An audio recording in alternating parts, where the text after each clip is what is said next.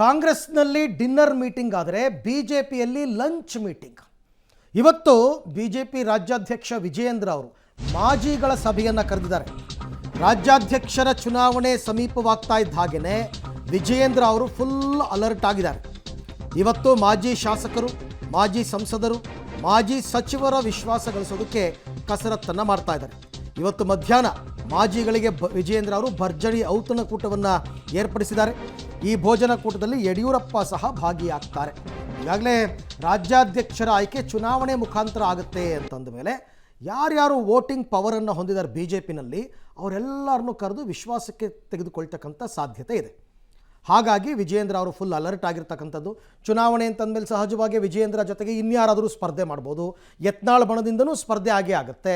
ಅಂಥ ಸಂದರ್ಭದಲ್ಲಿ ಎಲ್ಲರನ್ನೂ ವಿಶ್ವಾಸಕ್ಕೆ ತಗೊಳ್ಳೋದು ಹೇಗೆ, ಅದಕ್ಕೋಸ್ಕರ ಇವತ್ತು lunch meeting. B J P ರಾಜ್ಯಾಧ್ಯಕ್ಷರ ಚುನಾವಣೆಗೆ ದಿನಗಣನೆ ಶುರುವಾಗಿದೆ.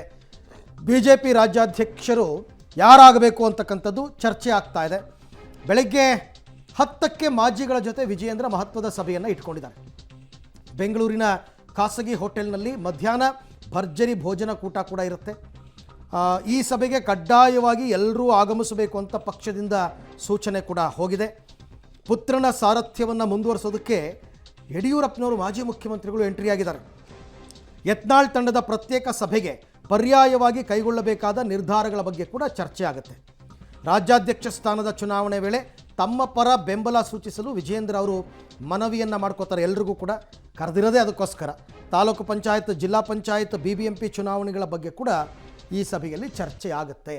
ಮುಖ್ಯವಾಗಿ BJPಯ ನಾಯಕರುಗಳನ್ನು ವಿಶ್ವಾಸಕ್ಕೆ ತೆಗೆದುಕೊಳ್ತಕ್ಕಂಥ ಪ್ರಯತ್ನ, ಅದಕ್ಕೋಸ್ಕರ ಇವತ್ತು ಭೋಜನ ಕೂಟ. ಈ ಎಲ್ಲ ವಿಚಾರಕ್ಕೆ ಸಂಬಂಧಪಟ್ಟಂತೆ ಮತ್ತಷ್ಟು ಮಾಹಿತಿ ನನ್ನ ಕೊಲೀಗ್ ಮಸೂದ್ ಅವರಿಂದ ಪಡ್ಕೋತೀನಿ. ಮಸೂದ್, ಈಗ ಇವತ್ತು ವಿಜಯೇಂದ್ರ ಅವರು ಕರೆದಿರ್ತಕ್ಕಂಥ ಸಭೆಯ ಮಹತ್ವ ಮತ್ತು ಏನೆಲ್ಲ ವಿಚಾರಗಳು ಚರ್ಚೆಗೆ ಬರಬಹುದು ಅಂತ. ಅರವಿಂದ್, ಬಿಜೆಪಿಯಲ್ಲಿ ಒಂದು ರೀತಿಯಲ್ಲಿ ವರ್ಷಾರಂಭದಲ್ಲೇ ಚಟುವಟಿಕೆಗಳು ಒಂದು ರೀತಿಯಲ್ಲಿ ಗರಿಗೆದರಿದ್ದಾವೆ. ಮುಖ್ಯವಾಗಿ ಈ ಜನವರಿ ಎಂಡು ಅಥವಾ ಫೆಬ್ರವರಿ ಮೊದಲೆರಡು ವಾರದಲ್ಲಿ ರಾಜ್ಯಾಧ್ಯಕ್ಷರ ಸ್ಥಾನಕ್ಕೆ ಚುನಾವಣೆ ಆಗುತ್ತೆ. ರಾಷ್ಟ್ರಾದ್ಯಂತ ಚುನಾವಣೆಗಳಾಗ್ತಾ ಇದ್ದಾವೆ. ರಾಜ್ಯದಲ್ಲಿ ಫೆಬ್ರವರಿ ಮೊದಲ ವಾರ ಆಗುತ್ತೆ, ಅನಂತರ ರಾಷ್ಟ್ರೀಯ ಅಧ್ಯಕ್ಷರ ಚುನಾವಣೆ ಆಗುತ್ತೆ. ಇಲ್ಲಿ ರಾಜ್ಯಾಧ್ಯಕ್ಷರ ಬದಲಾವಣೆ ಆಗಬೇಕು ಅಂತ ಈಗಾಗಲೇ ಭಿನ್ನರ್ ಏನು ಪಟ್ಟು ಹಿಡಿದಿದ್ದಾರೆ. ಈಗಾಗಲೇ ದೆಹಲಿಗೆ 2 ಬಾರಿ ಹೋಗಿ ದೂರು ಕೂಡ ಕೊಟ್ಟು ಬಂದಿದ್ದಾರೆ. ಪ್ರಯತ್ನಗಳು ಹಾಗೆ ನಡೆದಿದ್ದಾವೆ. ಆದರೆ ಹೈಕಮಾಂಡ್ ಮಟ್ಟದಲ್ಲಿ ಸದ್ಯಕ್ಕೆ ವಿಜೇಂದ್ರ ಅವರು ಬಿಟ್ಟರೆ ಬೇರೆ ಯಾರು ಕೂಡ ಸೂಕ್ತವಾಗಿ ಕಾಣಿಸ್ತಾ ಇಲ್ಲ. ಹಾಗಾಗಿ ಅವ್ರನ್ನೇ ಮುಂದುವರಿಸಬೇಕು ಅನ್ನುವಂಥ ಚರ್ಚೆ, ಚಿಂತನೆಗಳು ನಡೀತಾ ಇದ್ದಾವೆ. ಚುನಾವಣೆ ಆದಾಗ ಏನು ಎತ್ತ ಅಂತ ಗೊತ್ತಾಗುತ್ತೆ. ಈ ಮಧ್ಯೆ ಈ ಒಂದು ಸಂದರ್ಭದಲ್ಲಿ ಯಾವುದೇ ಲೋಪ ಆಗಬಾರ್ದು ಅನ್ನುವಂಥ ನಿಟ್ಟಿನಲ್ಲಿ ಎಚ್ಚರಿಕೆಯ ನಡೆಯನ್ನು ವಿಜೇಂದ್ರ ಅವರು ಮತ್ತು ಅವರ ಪರ ಇರುವಂತಹ ರೇಣುಕಾಚಾರ್ಯ ಮತ್ತು ತಂಡದವರು ಕೂಡ ಇಟ್ಟಿರುವಂಥದ್ದು.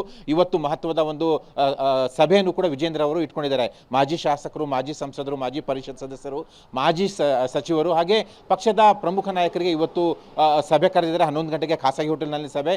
ನಿನ್ನೆನೂ ಕೂಡ ಬಿಜೆಪಿ ಕಚೇರಿ ಸಭೆ ಆಯಿತು. ಆದರೆ ಇವತ್ತು ಖಾಸಗಿ ಹೋಟೆಲ್ನಲ್ಲಿ ಈ ಮಾಜಿಗಳ ಸಭೆ ಇಟ್ಕೊಂಡಿದ್ದಾರೆ. ಸಭೆಯ ನಂತರ ಭೋಜನ ಕೂಟ ಕೂಡ ಇದೆ. ಕಾಂಗ್ರೆಸ್ನಲ್ಲಿ ಯಾವ ರೀತಿ ಡಿನ್ನರ್ ಪಾಲಿಟಿಕ್ಸ್ ನಡೀತಾ ಇದೆ, ಇಲ್ಲಿ ಲಂಚ್ ಪಾಲಿಟಿಕ್ಸ್ ನಡೀತಾ ಇರುವಂಥದ್ದು. ಮೊನ್ನೆನೂ ಕೂಡ ಬೊಮ್ಮಾಯಿ, ಆರ್ ಅಶೋಕ್ ಅವರು, ಸುನೀಲ್ ಕುಮಾರ್ ಅವರು ಡಿನ್ನರ್ ಕೂಟ ಕೂಡ ಮಾಡಿದ್ರು. ಅವರು ಕೂಡ ತಟಸ್ಥ ಬಡದವರು, ಅವರು ಕೂಡ ಅಲ್ಲಿ ಚರ್ಚೆ ಮಾಡಿದ್ದಾರೆ ಪಕ್ಷದ ವಿದ್ಯಮಾನಗಳು. ಈಗ ಖುದ್ದು ವಿಜೇಂದ್ರ ಅವರೇ ಭೋಜನ ಕೂಟದ ಉಸ್ತುವಾರಿ ವಹಿಸಿಕೊಂಡಿದ್ದಾರೆ. ಇವತ್ತು ಸಭೆ ಕೂಡ ಕರೆದಿದ್ದಾರೆ. ಒಂದು ರೀತಿಯಲ್ಲಿ ಸೇಫ್ ನಡೆ ಜೊತೆಗೆ ಈ ಮಾಜಿಗಳ ಸಹಕಾರ ಕೋರುವಂತಹ, ವಿಶ್ವಾಸ ಗಳಿಸಿಕೊಳ್ಳುವಂತಹ ಪ್ರಯತ್ನ ಕೂಡ ವಿಜೇಂದ್ರ ಮಾಡ್ತಾ ಇದ್ದಾರೆ. ಯಡಿಯೂರಪ್ಪನವರು ಕೂಡ ಸಭೆಯಲ್ಲಿ ಪಾಲ್ಗೊಳ್ತಾರೆ. ಅವರು ಕೂಡ ಒಂದಷ್ಟು ಮನವಿಯನ್ನು ಮಾಡ್ಕೊಳ್ತಾರೆ. ಒಟ್ಟಾರೆಯಾಗಿ ಈ ಒಂದು ಸಭೆ ಮೂಲಕ ಎಷ್ಟು ಮಟ್ಟಿಗೆ ಸಕ್ಸಸ್ ಆಗ್ತಾರೆ, ಎಷ್ಟು ಮಟ್ಟಿಗೆ ಸೇಫ್ ಆಗ್ತಾರೆ, ಅವರೇ ರಾಜ್ಯಾಧ್ಯಕ್ಷರಾಗಿ ಮುಂದುವರಿತಾರೆ, ಎಲ್ಲವೂ ಕೂಡ ಈಗ ಚರ್ಚೆ. ಒಟ್ಟಾರೆಯಾಗಿ ಬಿಜೆಪಿಯಲ್ಲಿ ಚಟುವಟಿಕೆಗಳು ಒಂದು ರೀತಿಯಲ್ಲಿ ಕುತೂಹಲ ಮೂಡಿಸ್ತಾ ಇದ್ದಾವೆ. ಥ್ಯಾಂಕ್ ಯು ಮಸೂದ್, ತಮ್ಮೆಲ್ಲ ಮಾಹಿತಿಗೆ.